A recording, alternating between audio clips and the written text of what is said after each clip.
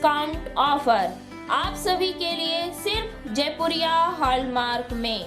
हमारा पता है Jaipuria Hallmark, B block, Shilpi plaza, Rewa. Mobile number 9425390209 8962213670। New year discount offer में आप सभी रीवा वासियों के लिए सभी तरह के हॉलमार्क जेवर की बनवाई 0 से 5% में प्राप्त करें। न्यू ईयर डिस्काउंट ऑफर सीमित अवधि के लिए T&A अप्लाई।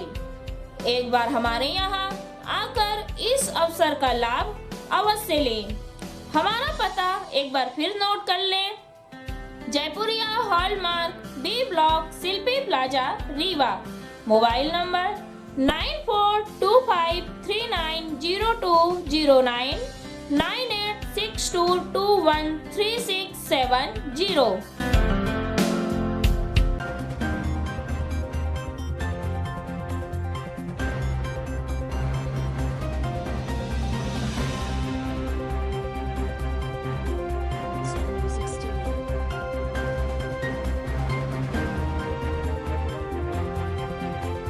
नमस्कार, मैं हूं Siddharth. City news van Rewa की सांध्यकालीन समाचार सेवा में आप सभी का स्वागत है। प्रस्तुत है आज के मुख्य समाचार। किशोरों के स्वास्थ्य को किया जाएगा सुरक्षित। 3 जनवरी से किशोरों को लगेगी कोवैक्सीन। 31st नाइट को लेकर पुलिस एवं प्रशासन हुआ सख्त। रात 10 के बाद सभी आयोजनों पर प्रतिबंध। 11 के बाद खुले प्रतिष्ठानों को किया जाएगा सीज। और रीवा के लिए सौगातों का वर्ष होगा 2022, कहा पूर्व मंत्री राजेश शुक्ला ने। खबरें अब विस्तार से। अब किशोरों के स्वास्थ्य को किया जाएगा सुरक्षित। 3 जनवरी से किशोरों को लगेगी कोवैक्सीन। आपदा प्रबंधन की बैठक में बनाई गई रणनीति। आपको बता दें, 15 से 18 वर्ष के किशोरों को किया जाएगा चिन्हित। 1 जनवरी से रजिस्ट्रेशन शुरू। कोरोना वैक्सीन में वयस्कों के लिए युद्ध स्तर पर अभियान चलाया जाएगा, जिसमें टीकाकरण का लक्ष्य लगभग पूरा होने की कगार पर है।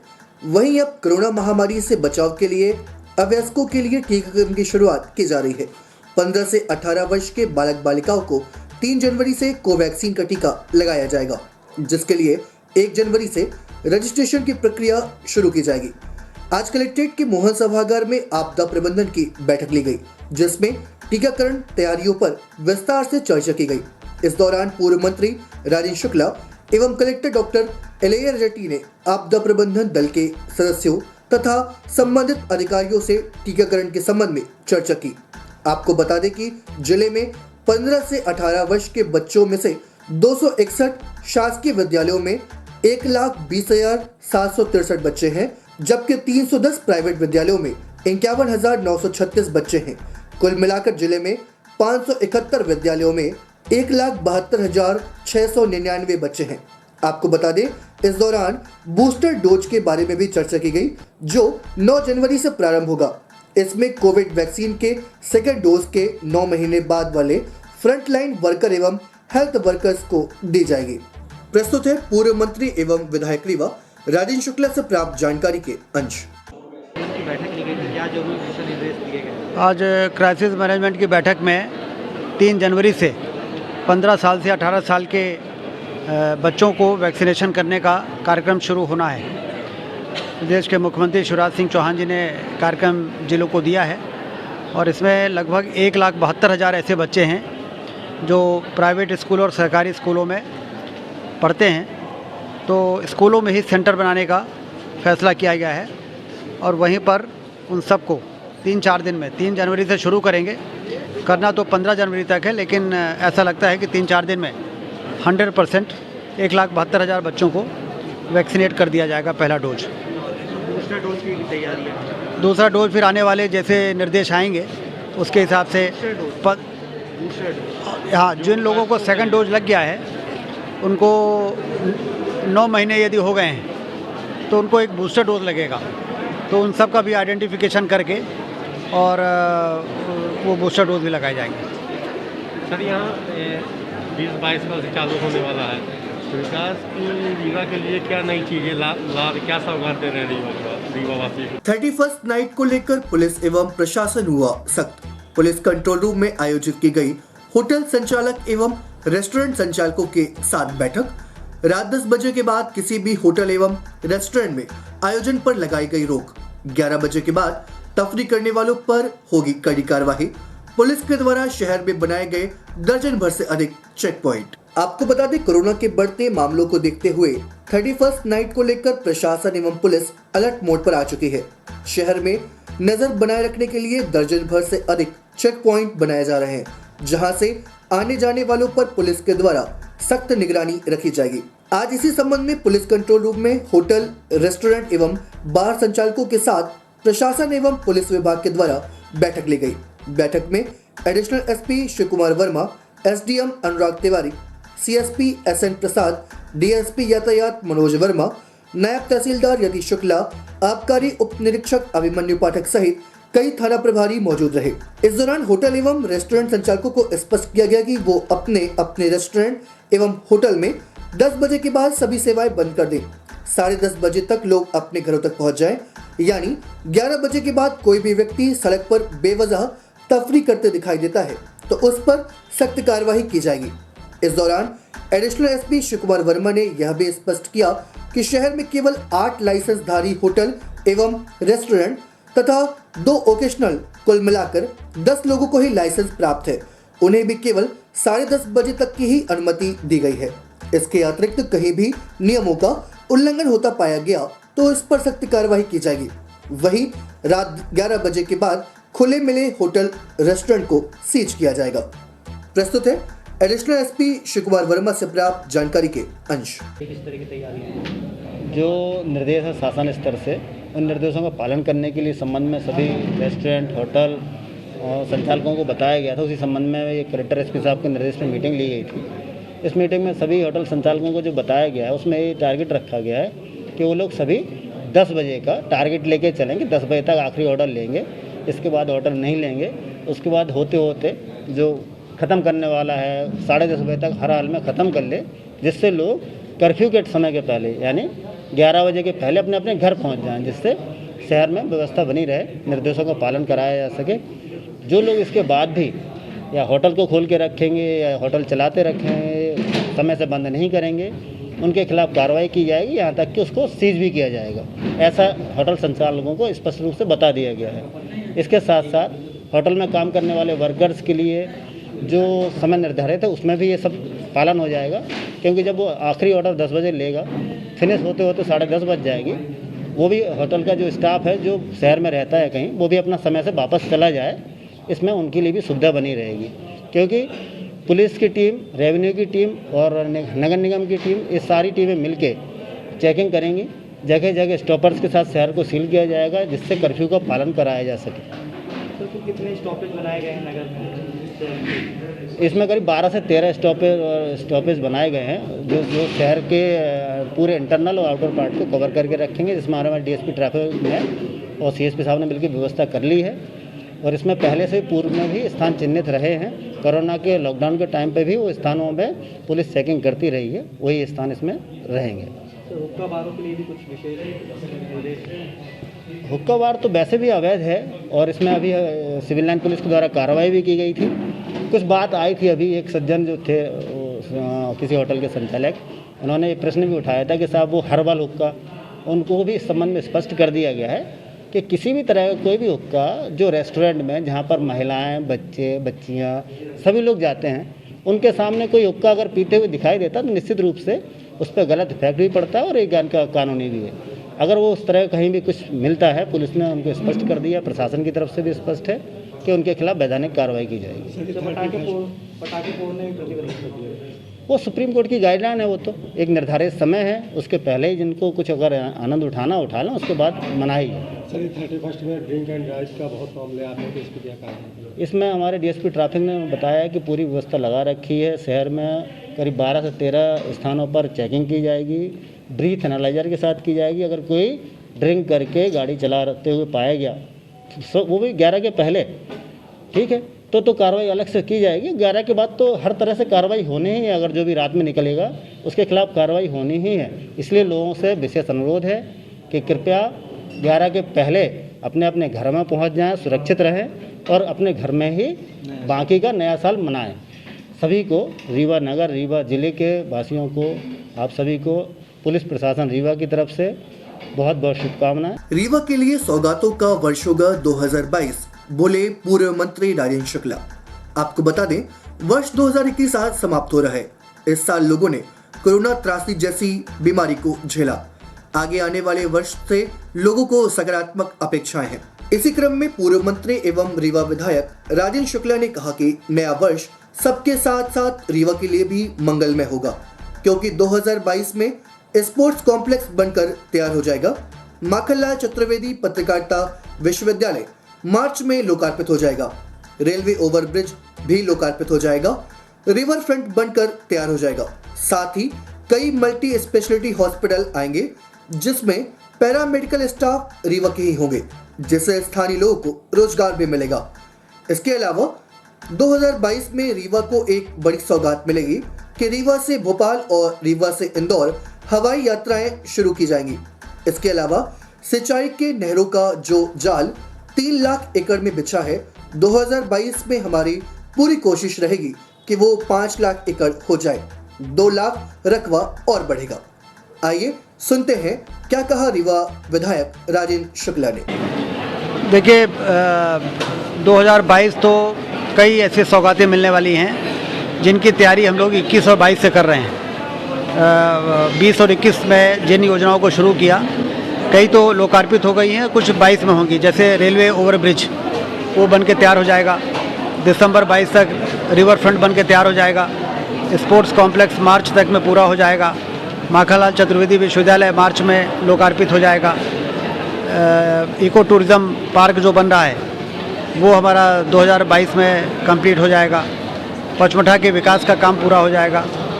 और कई ऐसे योजनाएं हैं। सिंचाई के नहरों का जो जाल 3 लाख एकड़ में बिछा है, 2022 में हमारी पूरी कोशिश होगी कि वो 5 लाख एकड़ हो जाए। 2 लाख रकबा और बढ़ेगा।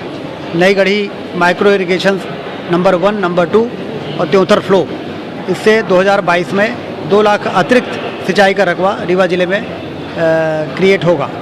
तो सौगातों का वर्ष होगा 2022। 2022 के बाद जब ये सारी उपलब्धियां मिल जाएंगी, तब हम लोग ये दावा करेंगे कि अब इंफ्रास्ट्रक्चर के क्षेत्र में, सिंचाई के क्षेत्र में, एजुकेशन के क्षेत्र में और मेडिकल सुविधाओं के क्षेत्र में रीवा अब किसी से पीछे नहीं है।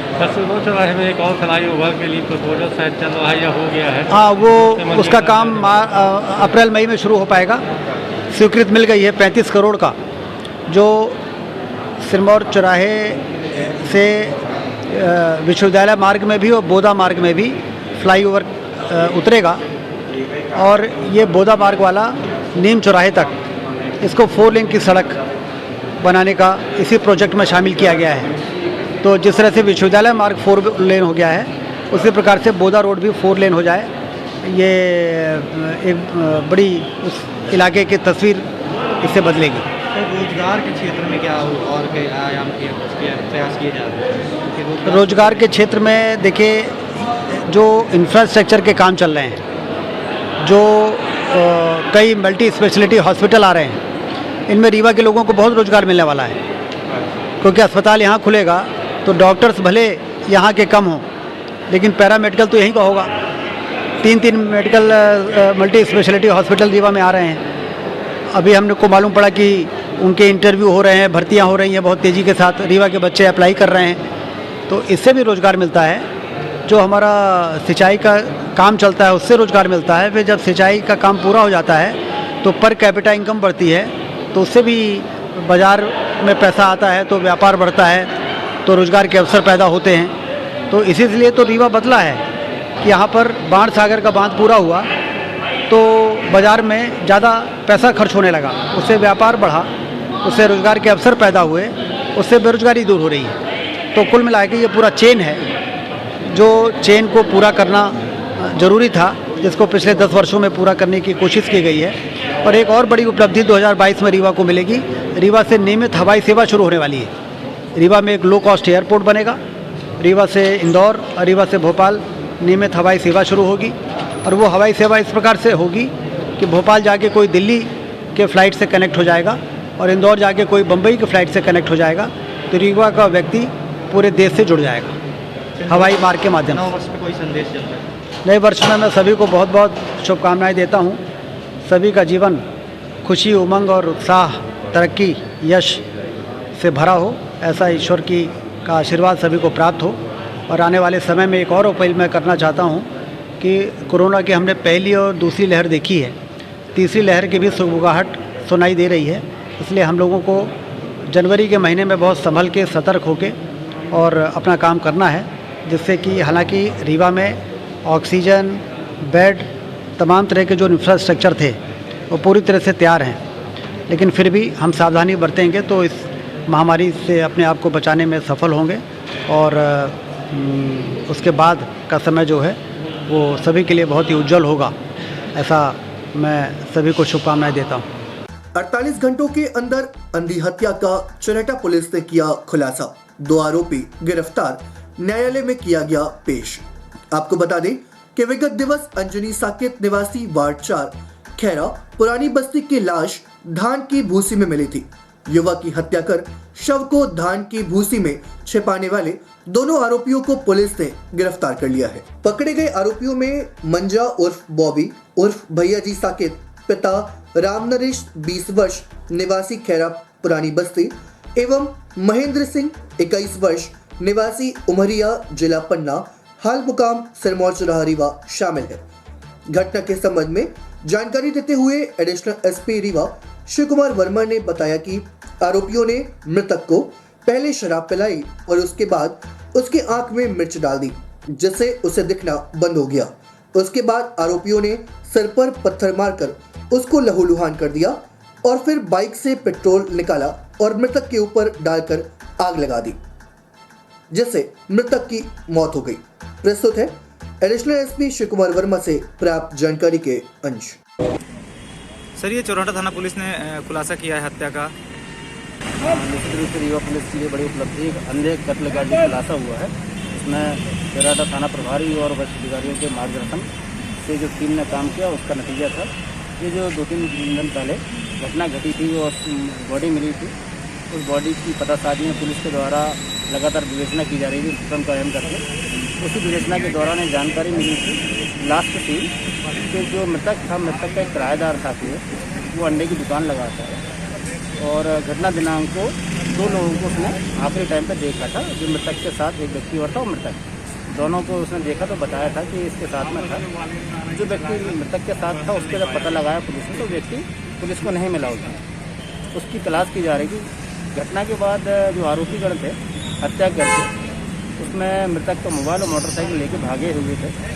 पुलिस के द्वारा लगातार पतासाजी के बाद फिर ये आरोपी पुलिस के पकड़ में आए और पुलिस ने उनसे जब पूछताछ की निकल के आया मामला, जिसमें उन्होंने हत्या करना कबूल कर लिया और इन्होंने बताया कि ये जो मृतक था ये करीब 38 वर्ष की उम्र का था और जो आरोपी हैं दोनों ये 20-22 साल के आरोपी हैं और उसी के गांव के ही रहने वाले हैं।